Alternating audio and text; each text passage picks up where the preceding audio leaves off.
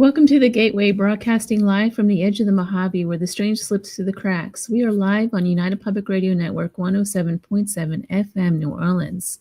I'm your host this evening, C.L. Thomas.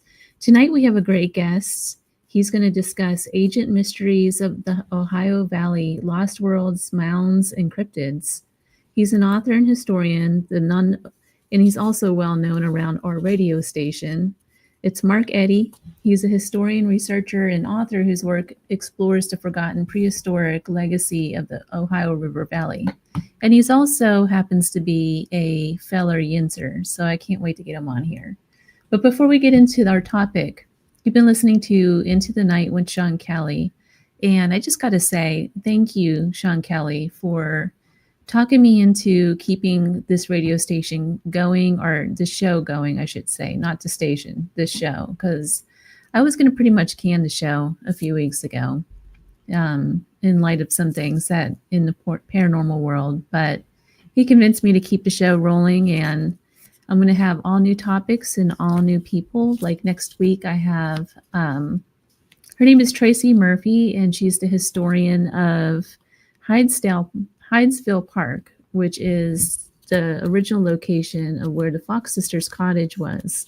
And she was actually the keeper of the Fox Sisters cottage until it burned down in Lilydale. So she's going to come on next week, and we're going to discuss the legends and history of the Fox Sisters and spiritualism. So that's going to be a really interesting show too. It's currently 63 degrees here in the Mojave. There is a strange report in the valley recently that residents near Lake Mead have reported hearing mysteries and thunderous sounds echoing through the canyons. And it's been causing some speculation among locals. Some concern is going on. The sounds are described as a deep metallic groaning. Like, the only way I could describe that as is like some kind of machinery. They were reported by probably around 50 residents or so, it says, residents and campers near Redstone Picnic Area, a popular camping spot close to Las Vegas. It's like in between Las Vegas and Hoover Dam. The sounds have been compared to construction equipment, but no definitive source has been identified. And this isn't the first time that strange sounds have been reported from that area. Also, at the beginning of the year, there were reports claiming of hearing wailing, like a woman wailing. And people have heard unexplained footsteps and things. They're saying that whole area over there might be haunted, that campsite. So yeah, I'm going to go check it out. I have some time off coming up in the next few weeks. I plan on going to check that area out.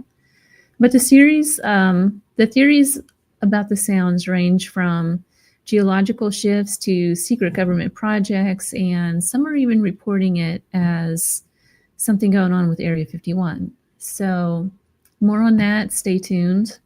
I just got back from the DC area this week, and it's been my last work trip for the year. So we finally wrapped up, and I am going to Wyoming, but it's to visit friends and family. It's not work.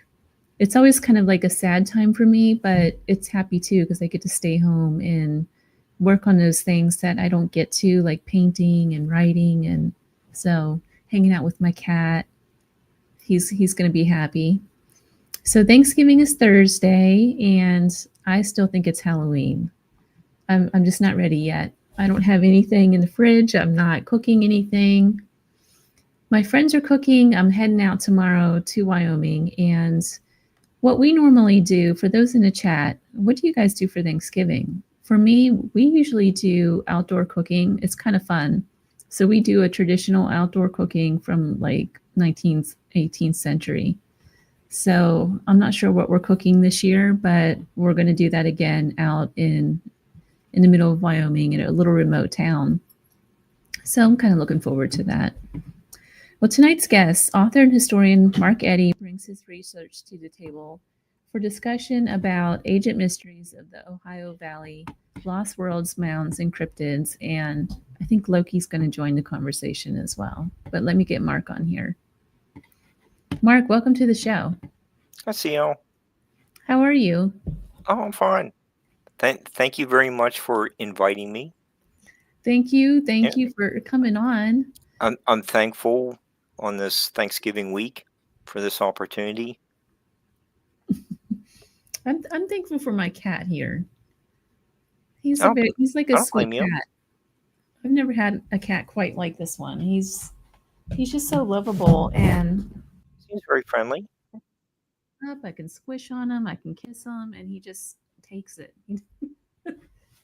I've never had a cat quite like this before, where he just, I can flip him around and do all kinds of things. I put clothes on him sometimes, dress him up, just all sorts of things. It's kind of fun.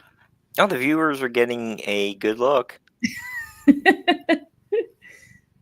But Mark, you wrote this book, and I'm going to put it up here: Lakes, Yeah. Lizards, Linton and Leverett. Hmm. So we're going to talk a lot from this book, correct? Tonight. Yeah, yeah. If you that's why you invited me on. If you want to talk about other stuff, we can do that too. Well, I have my list of questions here, Okay. and you're a fellow Yinzer, Hmm. right?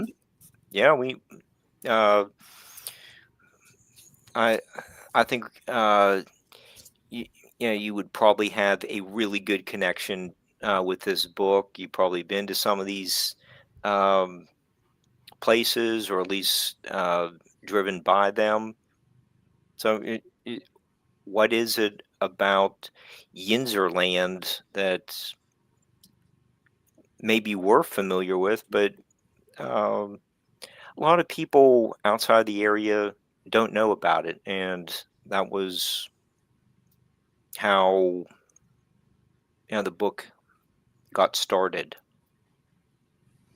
So to start us off, how did you get into writing this book, and when did you start to feel that Ohio Valley's Agent Pass might hold secrets that go beyond the traditional archaeology? Okay. What I there was a college professor friend of mine who, uh, you know, she knew I lived in, um, the Wheeling area, and um, she asked me to, um, go to some of the local museums and help her to, uh, here, give me a sample. There's Dr. Clausen's book, and towards the back, she has all these charts about what's filled out, what we know of certain river valleys and east of the Mississippi River. But when we get to like the our area, they're basically blanks. Not much is. We know there's some kind of like shell mound there, but what are the traits that were found within the mound? Is it similar to contemporary mounds? Um, it just hasn't been really reported on. So that was where she asked me, what, see if you can go to some of the museums and see if there's like some new publications. You know, she hasn't been able to find them. So that was how it started. And I was like, oh wow, it's opportunity to work with a well-respected college anthropology professor, and is as she was helping me with the rough drafts. She said, okay, some of the cultural traits you're getting into could be amplified if you go farther back in time to like the Ice Age and see if there's we could make like a chronological view of all this, uh, you just say a if there's any burials that have recently been documented. Is there a similarity between like a ice age burial and what she wrote about in that book? So I was like, oh, okay, sounds interesting. I'll get started on that. So, uh, uh, when I was researching, what we knew of uh, the area being downstream from the melting ice sheets, um, realized, maybe there's a little bit more of a geological explanation for why there were so many, like the megafauna uh, documented, like 200 years ago. Did you did you know about that?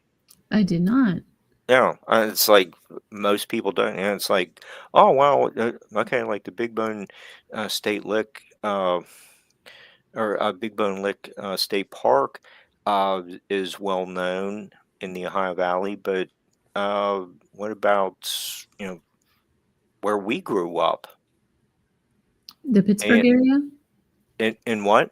The Pittsburgh area? Yeah. So is there an explanation of going back even farther? So that's once I started looking at some of the geology, it, uh, and some of the people who pioneered the you know uh, like borings uh, throughout the area, what they were finding. Did that have something to do with why there were critters, these critters in the area? So that the the lakes Linton uh, and Leverett, uh, Lakes Lizards, Linton and Leverett book became uh, you know a study in laying the groundwork for parts 2 and 3 that I'm working on now. So there's And going to be additional yeah, volumes of this thing yeah, coming out. and it's going to be um, more about the Ice Age. Kind of taking a look at what the our area was like as the ice sheets were melting. We were not glaciated, but how did that affect us? So that um, it's been very interesting. It So sounds that really interesting. yeah. Just in the Three Rivers area, particularly, just I'm curious because I grew up there too. Mhm. What have they found anything there that could cross over into paranormal in their research? I don't. I Can you say Mothman evolved out of any of these lizard-like critters that were found, or that were thriving like 250 million years ago? I don't know. It's Uh, kind of it's an interesting. yeah, it is interesting. Have some of the uh, unusual fish that have been depicted in petroglyphs or recorded as a marine, aquatic cryptid in the river. Um, could those be a remnant of some of these lizards from 200 some million years ago? Could be. Uh, Hmm. and we know that there were the like sailback lizard. They were like 10 feet long, and they kind of look like an iguana with like a blue marlin sail on its back. They were quite a few of them have been documented uh, as fossils found throughout the Ohio River Valley. That's What? interesting. Yeah. So yeah, there. I think there was like an 1870s report of um, s- uh, some large aquatic creature in the river near Parkersburg. I don't know um, what could that have been. I don't think it's recorded as having sails, but you do get those like bill. It's kind of like a duck bill on a carp. Hmm. I've never I even think heard they're of called, that. yeah, paddlefish. They're still in the river. What but they uh have been called a prehistoric fish. So is is that an example of something that never has been around for a long time but never went extinct? I don't know. So that whole area up there, the Western PA area, and it goes Hmm. all the way over, it seems like, into Ohio. That's the area we're talking about tonight. Um, there is a lot of things going on. You have the Mothman, you have all of the Native American sites all around Yeah, there, the, such as the serpent mounds. mounds. Hmm. Hmm. Do any of these things all have stuff in common? Um, oh, I don't know. Some are burial mounds placed to honor the dead. Um, I,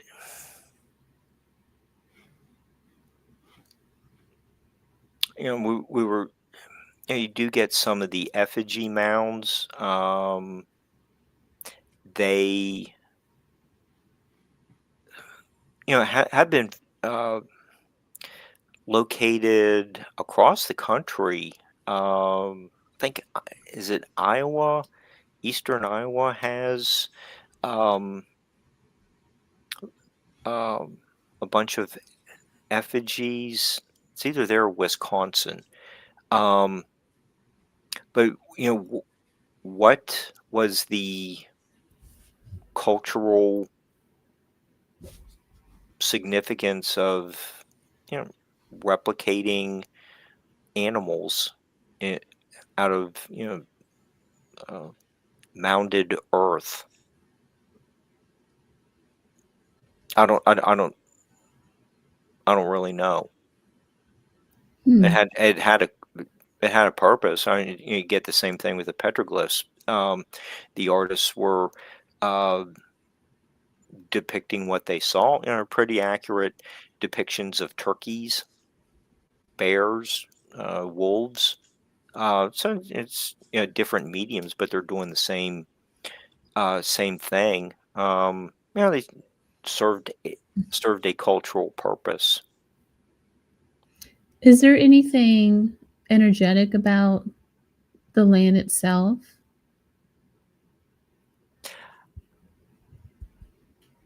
I find it up to be uplifting. Um, John Keel wrote about were the um, mounds located on ley lines. And that's in the Mothman prophecies. Um, I don't. He said something like he could trace where a few were located. He thought they were on ley lines, and then there's been, the, you know, you're well aware of the industrialization and train tracks and Yeah. just modern building that's damaged or precise knowledge of where the mounds were located, and he couldn't follow them for very far. But that could be some kind of energy uh, source, and you do have that um, in the line. Was it the St. Michael line that goes across Cornwall through? I think it's the Avebury Stone Circle in England. So does that mean, is it fair to say that the Native American culture could have been drawing some kind of energy from that area? It seems like if the mounds were deliberately placed on the ley lines, Can- does it seem like ancient people could feel that more than we do today? yes, absolutely. Yeah, that's what you know. Like I said, we were talking about with the uh, say the Serpent Mound. Hmm. I've walked all around a lot of those places, and I really enjoy being there. I don't really get you know an electrified feel. Some I don't really feel a change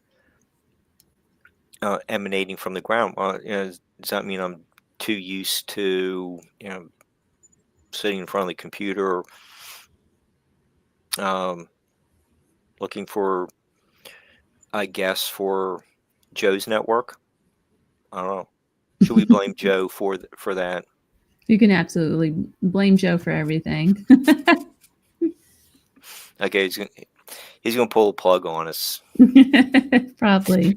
But It's all right. but I don't really uh maybe some of today's people might be more apt to feel something. I don't. No, I just enjoy um being at these locations. Just a lot of fun. I enjoy um um being near um the water sources as well. And I was do want to show you, you can find the remnants of what I'm writing about. Like here is a fern. Yeah, I see that. Yeah, that. So it's, you, What kind of I rock is that? Like a sandstone? it's more like I think it's more of a shale. Like a It's not. slate? It's not quite. Something like that. It's like a sedimentary rock. Now, I remember as a girl, I used to always find, um, I found quite a bit of fossils up and down creeks, and back then we used to call them cricks, Hmm. in the cricks. Only those that know Pittsburghese would know what I mean by that. Hmm. But tell me about, because you had in your notes about the Monongahela Hmm. and the shifting agent landscape sound like Yeah. something out of a lost world. The it was uh interesting getting into this project, and we still know that um the Monongahela River flows north. When and did a show with Sean. It wasn't as exciting as his turkey tips that he was giving just in the last hour, but when the Goodyear blimp was flying over Three Rivers Stadium, and Howard Cosell was talking about, well, the river coming up from the bottom of your screen is the Monongahela, and the one Hmm. Which one is coming. the dirty one? Because I know when you stand right, and I've done this, I've stood right on the tip there where Three Rivers is, and you can see the line where I think it's Ohio and Yeah, the other one. going straight from the tip, towards the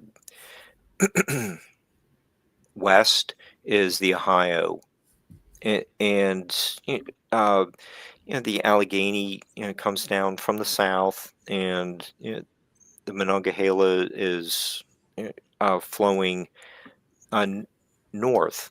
Um, the Ohio River was also flowing north, before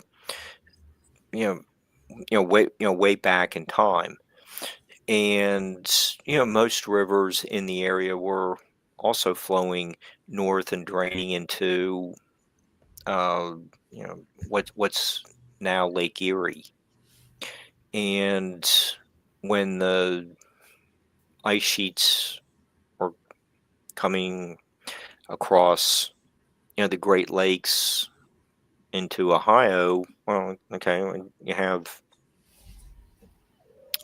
the rivers flowing north, so everything gets they're running into a dam, so all the Mhm. water coming up from the south just starts backing up, and where you know you and I were growing up, basically kept filling up with water, and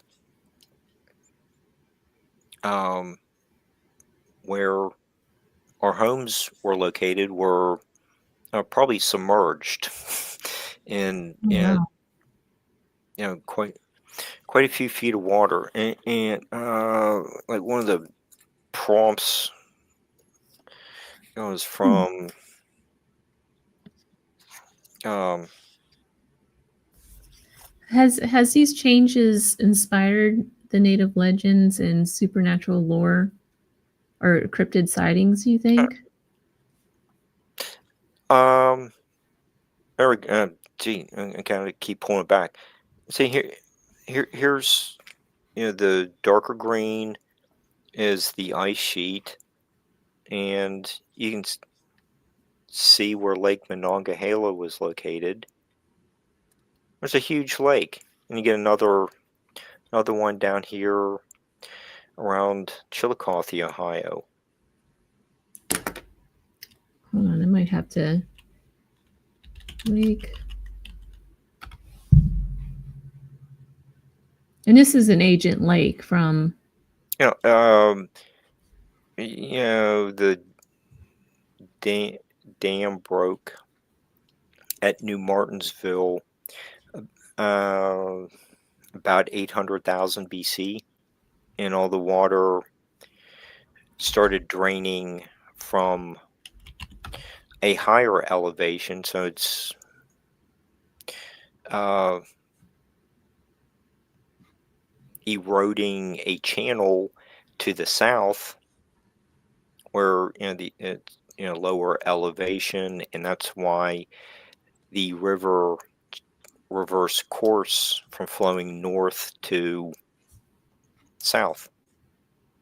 Hmm. So There it oh, there, is. yeah, yep, that's it. So you can see Pittsburgh is what kind of in the just across the Ohio Pennsylvania border, that would have been underwater. And that's after, the ice sheet. You can see that, little, uh, kind of like a semicircle there at the top of the screen. That's where the ice sheet stopped. You can see where all the rivers just backed up and created a massive lake. So did I've wondered, w- with some of the mounds being located where some of the researchers, the 19th century researchers were finding fossils. Did they incorporate them into the burials? I don't know. So some of the mounds were uh, destroyed before, you know, the state, required uh, notes to be submitted to the state. So were weird fossils buried with people? I don't know. Hmm. Do you think that accounts, though, for some of the strange activity that's going on now in that area?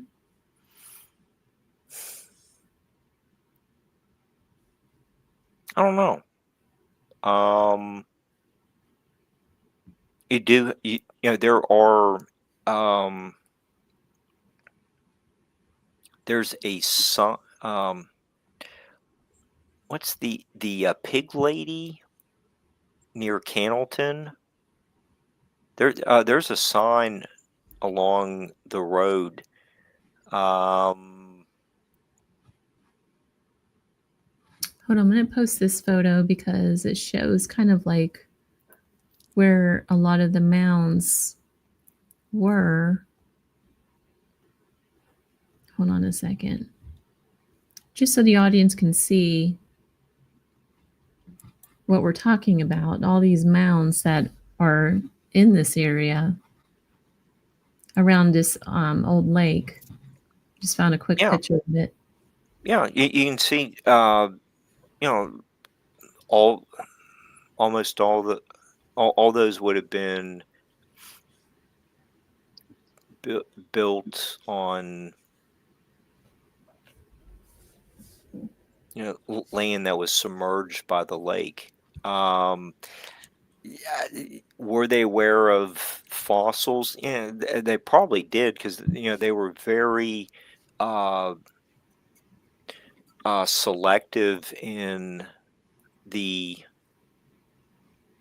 um, rocks that they were finding along the riverbanks. That were washed down from, uh, like the Jasper quarries that got incorporated into the ice sheets. Once they melted, and flooding washed stuff downstream. The uh, archaic people and later cultures were very selective in the rocks that they were going to use for the different purposes. So they under understood. Um, I think they understood, that there was another time before their arrival. Such a why were most of the homes that we know of um, built on higher elevations? Did they know how capricious the river could be did they know? Did they figure out uh, the extent of Lake Monongahela? Was that like an early version of hydrodynamics? Hmm. But they were very cognizant of uh, the rocks that had washed into uh, certain areas, and they have been found at some of the um, you know, the few village or ceremonial sites that have been documented in the area. It's really a fascinating study, and Jasper is one. And it's kind of about one quarry is located in the Penn State area. I didn't even know that there was jasper up around that area. Hmm. Hmm. Yep. Well, I did. I found a picture of the Serpent Mound, and I want to show the audience this as well because it's one of my Hmm. favorite photos of the site. Look how Yeah. incredible this is. Hmm. It's like a quarter of a mile long, Hmm. How and do you think they had undertaken this feat, the Native Americans, to do this, and what was their purpose? You think? so in the coils, that is, there are the uh, equinox and solstice alignments. So the uh, our, I think the Hopewell built it. There might, I think there was, a little bit of all the cultures were at that site, but uh, it might be more attributed to the Hopewell culture. Uh, but there's just a lot of precise engineering at that location. You get the octagon mound in Newark that you get uh, it's people laying out where the moon's going to rise at different times of, How the did they year. know all of this stuff? Do you think that some other entity? They were just very observant people. But I don't know if there's really like there could be an interpretation of uh, ET training, but they were uh, maybe just really smart people. And like I was saying about the Newark earthworks, uh, they're the sides are over 1,000 feet um, apart. The sides are over 1,000 feet apart. Um, the sides are perfectly straight. It's like you wonder how they like they're only off like the south end is only like an eighth of an inch different than the north end of a wall. Yeah, they don't have laser transits to lay this kind of stuff out. So they were very accurate, very skilled engineers. Um, I don't, I, I don't know. I just like to give them the credit uh, for figuring that out. But like the Serpent Mound is another example of just unique engineering. I just wonder how they would have pulled that off, because it's not like they had anything. Like when you look at the photo, let me put that back on stage here. Mhm. We're looking at this from a sky, from the sky to see this Mhm. whole perspective. They didn't have that. So how were they able to figure out that it would look just like this? You know, They knew the land very well. Yeah, I just think that you can see on the upper part of the Serpent Mound, uh, the sun is coming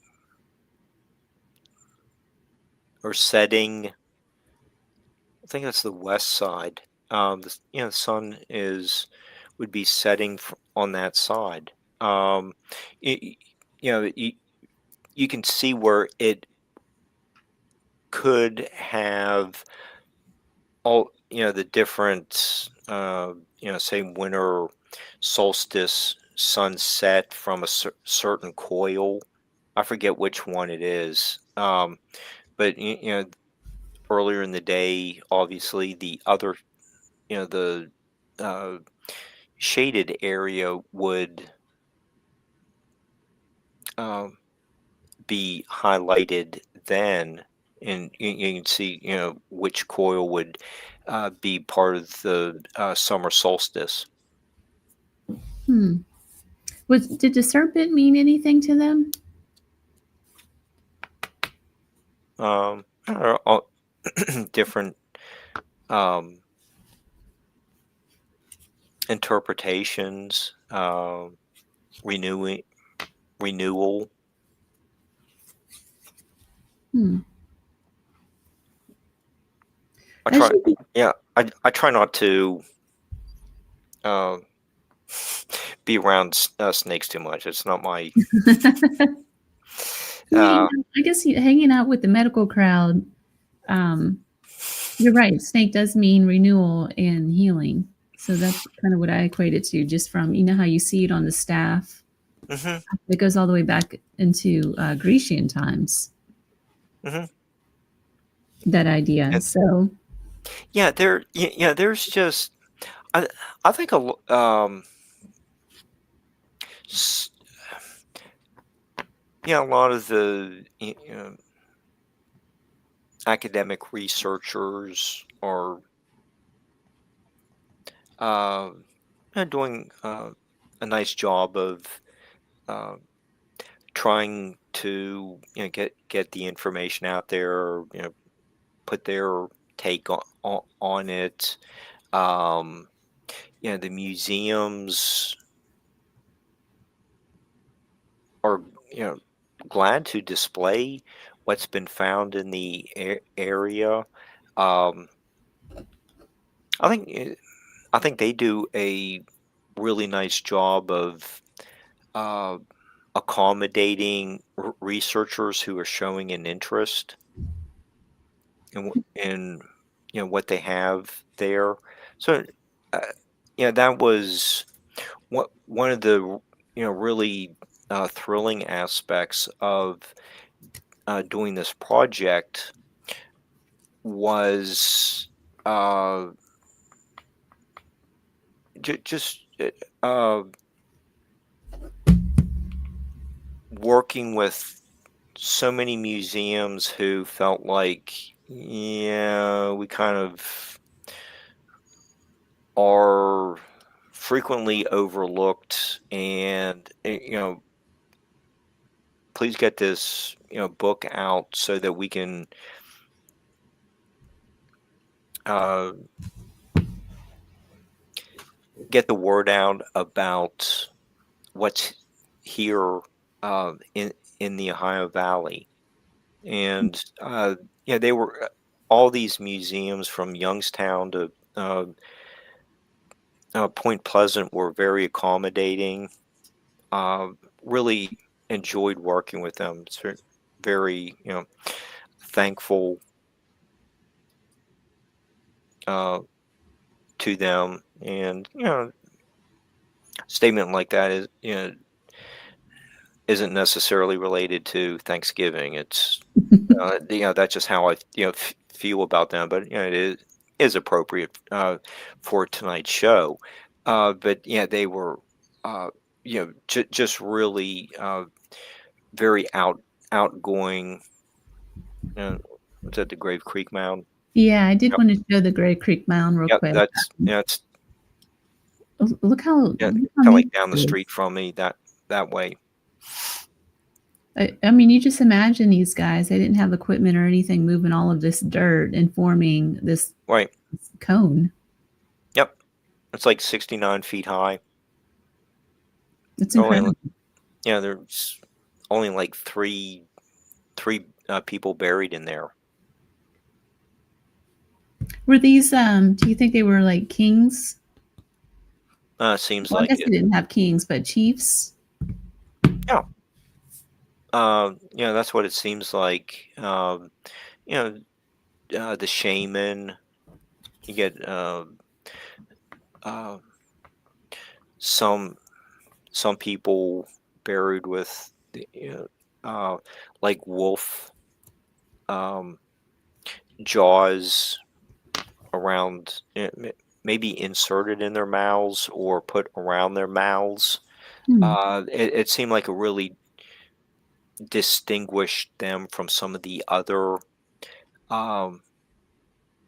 people who were buried in the same mound.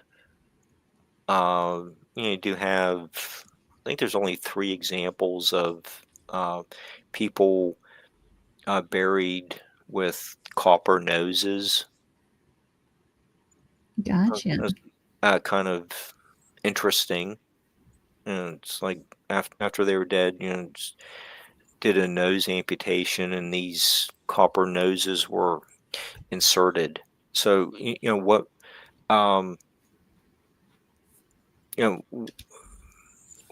what did some of these animal connections symbolize to the community? Well, Mark, we are all out of time. Thank you so much for coming on the show and sharing. I'm very appreciative of this opportunity, and work with you again and be on UPRN. His book, Lakes, Lizards, and Linton and Leverett. Where can they buy this book? Is it on Amazon? Yes. So there you have it. Mark, thanks again, and I will definitely have you back on to discuss your future works once you get those out. Hopefully it will be very soon. But thank you so much. All right. Happy Thanksgiving, everyone. You've been listening to The Gateway, broadcast from the edge of the Mojave where the strange slips through the cracks, live from United Public Radio Network, 107.7 FM, New Orleans. My guest tonight was author and historian Mark Eddy, and the topic was Ancient Mysteries of the Ohio River, or Ohio Valley, Lost Worlds, Mounds, and Cryptids.